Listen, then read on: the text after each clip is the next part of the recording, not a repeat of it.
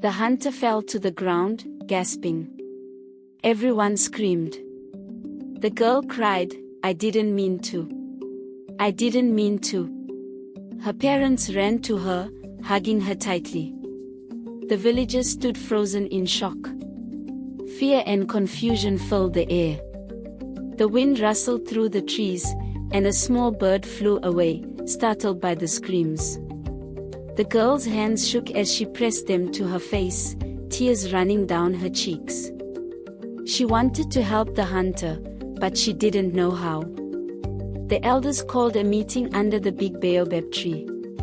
They whispered, "Is she a monster? Or is she a victim?"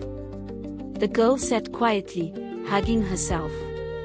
She did not want to hurt anyone. Some villagers felt sorry for her, but others were too afraid. Her mother knelt beside her, stroking her hair gently and whispering, "You are our daughter. You are not a monster." Her father added softly, "We will protect you. We will help them understand." Flashback. The girl had been born with a strange curse.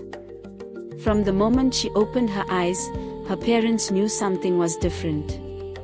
Anyone who looked into her eyes could die instantly. Her parents were terrified but loved her very much. They wrapped her in a soft cloth and put a veil over her head.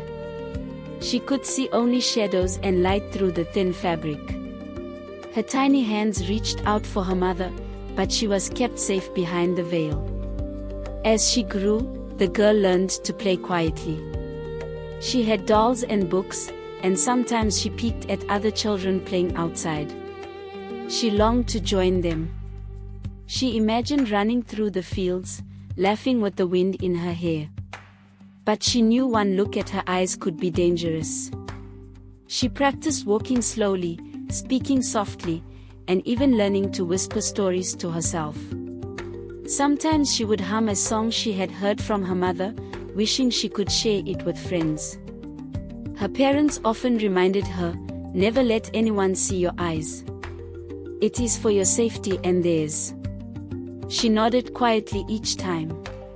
She wanted to follow their rules, but sometimes she dreamed about what it would feel like to be free. She wished she could play under the warm sun, climb trees, and feel the cool river water on her feet. At night, she would lie awake listening to the sounds of the village and wonder what it would be like to be ordinary, to be seen without fear.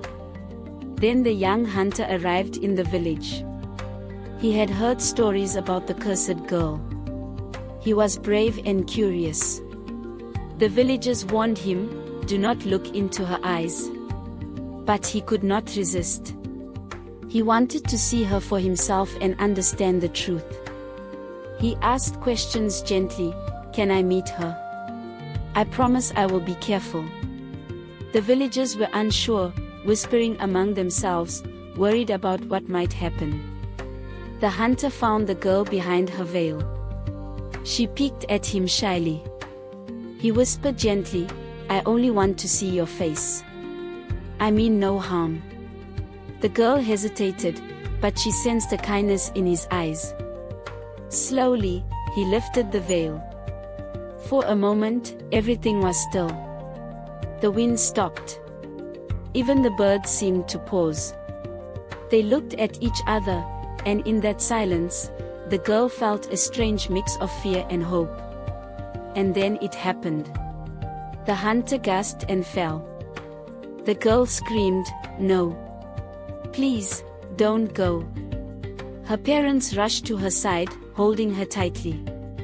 The villagers froze, some crying, some staring in disbelief. The girl's heart pounded. She wanted to help, but she couldn't. She held the hunter's hand, trembling, and whispered, "I didn't mean to hurt you." The villagers began to murmur, some shaking with fear, others softening with pity. The elders spoke softly to the villagers. They reminded everyone that the girl never chose this curse. She had been born this way. Fear had made people angry, but maybe they could show her compassion. Slowly, some villagers began to step closer.